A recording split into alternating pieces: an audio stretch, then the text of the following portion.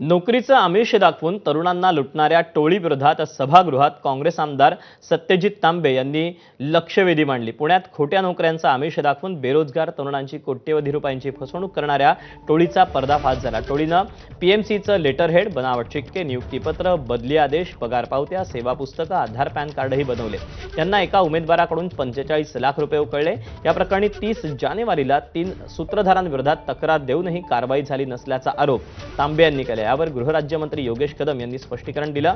आरोपींवर योग्य कारवाई करण्याचं त्यांनी सांगितलेलं आहे।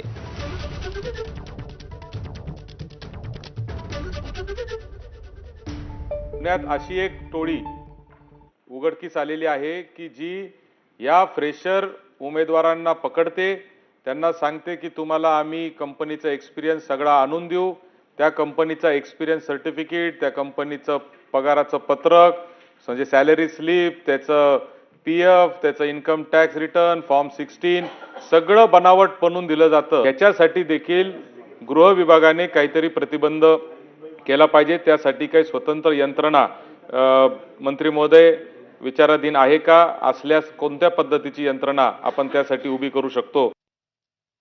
एका व्यक्तीचं नाव वारंवार दिसतंय ह्यामध्ये, जो पुणे महानगरपालिकेमध्ये हा काम करतोय। जरी तक्रारदाराने तक्रार मागे घेतली असेल तरी सुद्धा त्या व्यक्तीचं नाव जर का पैसे घेतले आणि पैशांनी परत केलेले आहेत हे दिसून येते। आणि म्हणून आज ब्रीफिंगच्या दरम्यानच मी सांगितलेलं आहे की हे आपण सुमोटो या व्यक्तीची आपण चौकशी करणं आवश्यक आहे की हा व्यक्ती कोण आहे ज्यांनी पैसे घेतले आणि ते पैसे त्यांनी परत केलेले आहेत। कारण रक्कम ही 70 लाख रुपयाची मोठी रक्कम आहे। आणि म्हणून मला वाटतं ह्या व्यक्तीची संपूर्णपणे चौकशी करण्यात येईल।